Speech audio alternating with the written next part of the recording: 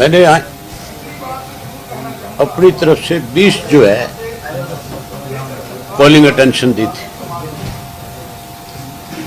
और 20 में से एक कॉलिंग अटेंशन जो है आज अलाउ की गई।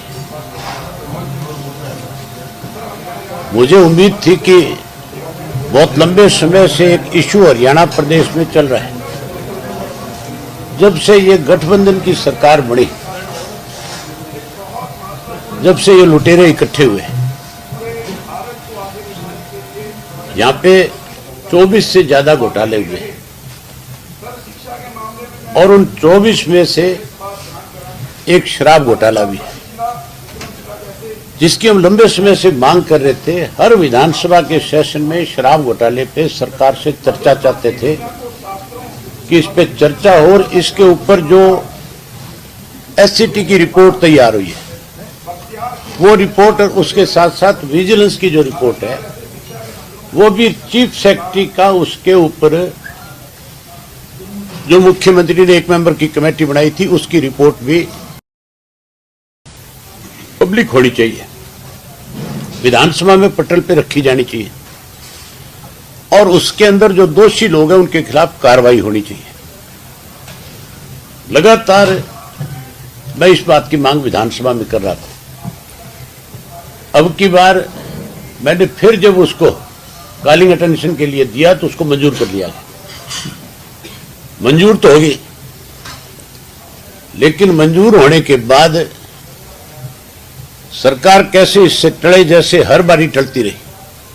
पीछे भी मैंने शराब का जो खरखोदा में, सोनीपत में जो मामला हुआ था, जो लाखों पेटियां शराब की जो है अवैध रूप से निकाली गई थी, उनके ऊपर विधानसभा में चर्चा करनी चाह रहा था। वो भी मेरा एडमिट हुआ था। उसको ये कह करके इन्होंने कि ये तो सब जुडिशियल मैटर, इस पर चर्चा नहीं हो सकती, जबकि कोई सब जुडिशियल था ही नहीं।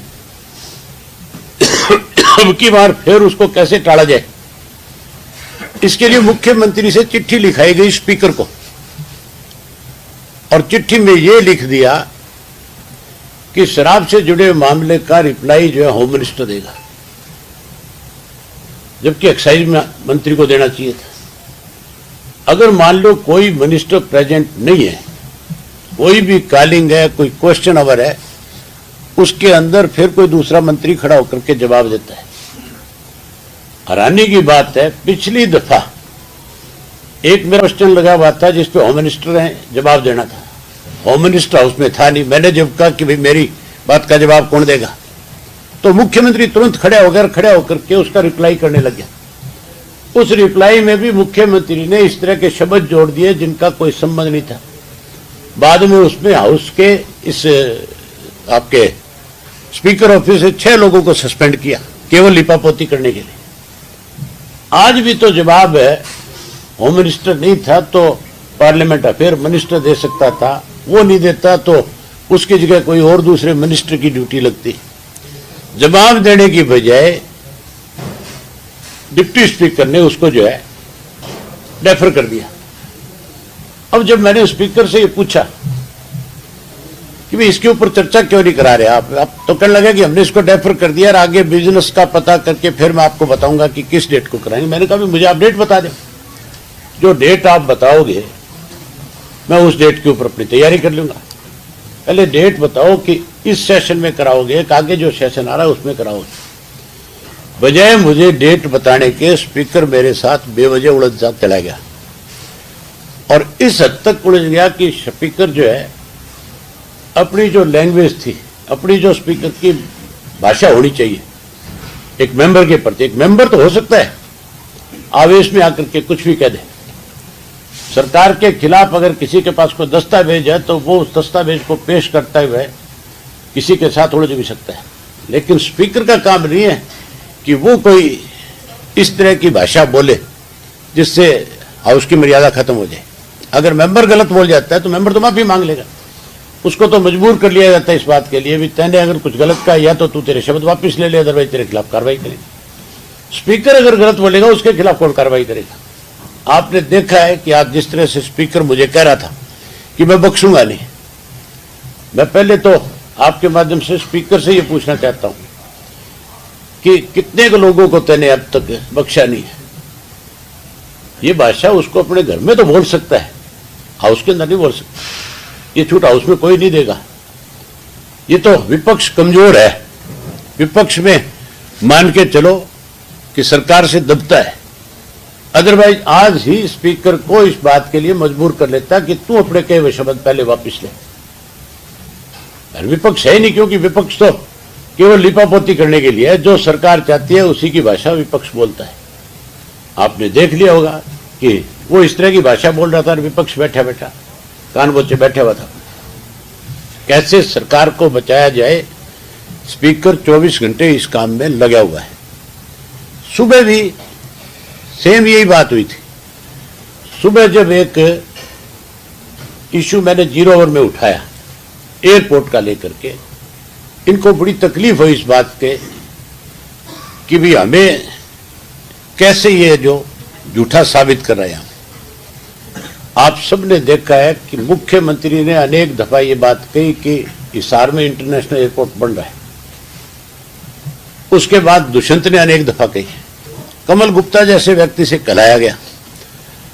अनेक इनके एमएलए ने इस बात पे यहां विधानसभा में चर्चा करी, मुख्यमंत्री की पीठ तत्पाई, नाम तक रख दिया कि महाराजा अग्रसेन के नाम से हम इंटरनेशनल एयरपोर्ट बना रहे हैं। उसकी पोल खुल गई थी। लोकसभा का जो पिछला सेशन था उसमें एविएशन मिनिस्टर ने साफ कर दिया था कि कोई इंटरनेशनल एयरपोर्ट नहीं है हिसार के अंदर। अब उससे इनकी झूठ सामने आ गई। मैंने सुबह कौन सा गलत कहा था? मैंने ये कहा था भी इंटरनेशनल एयरपोर्ट के नाम के ऊपर आपने सड़कें बनाई, सड़कें बना करके गरीब लोगों की जमीनें जो है उन पे घुमाफिया खड़ा कर दिया, जमीनें हट ली। और अब जब तुम्हारी पोल खुल गई तो कैसे उन सब चीजों को दबाया जाए, उसके लिए लोगों के गांव के रास्ते बंद कर दिए। 32, 34 किलोमीटर का सफर ज्यादा करना पड़ेगा लोगों को, खास करके पढ़ने वाली बच्चियों के लिए बहुत बड़ी तकलीफ की बात थी। वो कहां से जाएगी, कैसे? जो साइकिल पे स्कूल जाती थी, कॉलेज जाती थी, अब उसको 32 किलोमीटर ज्यादा जाना पड़ेगा। मैं तो यही बात कह रहा था कि ये सब कुछ करने की बजाय आपको एक रास्ता बना करके देना चाहिए गांव के लोगों को फिर से दोबारा, ताकि उस गांव के लोगों को 32 किलोमीटर का सफर ज्यादा तय करने की बजाय कम सफर के अंदर हिसार पहुंच जाए। और उनका बेचारों का जो कारोबार जो बंद हो गया, जो फैक्ट्रियां थी, जो दुकानें थी, जो वहां पे मॉल बने हुए थे, वो सारी चीजें बंद होगी। क्योंकि हिसार से कौन 32 किलोमीटर उस गांव के अंदर आएगा? पहले 6 किलोमीटर का रास्ता था। इस पे जब मैंने कहा कि भूमाफिया थे, और भूमाफिया में भी वो लोग शामिल है जो सत्ता में बैठे हुए, जिनकी अपनी कंपनियां, जिनके अपने नजदीक के लोग उनके नाम से ली हुई थी। जब मैं उनके नाम ले रहा था, जब मैं उनकी बता रहा था कि तुम्हारी कंपनियों के नाम पे है, तब किसी ना किसी तरीके से उस बात को दबाया जाए, इसके लिए जो स्पीकर ने फिर उनका पक्ष लेना शुरू कर दिया। मैंने स्पीकर से जब हाउस के दौरान स्पीकर अपने गया कमरे में, जब मैंने पूछी, मैं बोला आप की जो जिम्मेवारी उसको निभाओ ना, आप मका इस सरकार में बैठे लोगों को, चोर चक्कों को क्यों बचा रहे हम? तो आज जो था, जिस ढंग से स्पीकर लगा हुआ है, उससे लगता नहीं है कि विधानसभा के अंदर अब कोई ये मान करके चले कि स्पीकर किसी का पक्ष बनने की बजाय निष्पक्ष होकर के इस विधानसभा को चलाएगा। इससे ज्यादा बड़ी बात क्या होगी?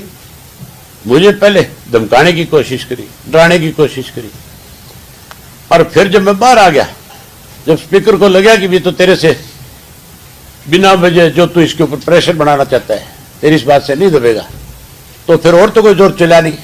बोले अगले दिन के लिए और निकाल दिया। मैं इससे पूछूंगा जब 16 तारीख को दोबारा हाउस शुरू होगा, हाउस में बढ़ते पूछूंगा कितने दिन के लिए निकालेगा और कैसे निकालेगा। पहले मेरी बात का जवाब पूछूंगा, कल ही चिट्ठी लिखूंगा, आज ही चिट्ठी लिखूंगा इसको कि जो बात तैने हाउस के अंदर कही है उसका कौन जिम्मेवार है। ये हालत है। ये अब कोई विधानसभा नहीं है। इस स्पीकर ने फिश मार्केट बना दी, जिसके खुद के खिलाफ प्रिविलेज आया हुआ इस हाउस के अंदर। उस आदमी से आप क्या उम्मीद कर सकते हो कि किसी के साथ न्याय कर देगा? ये खुद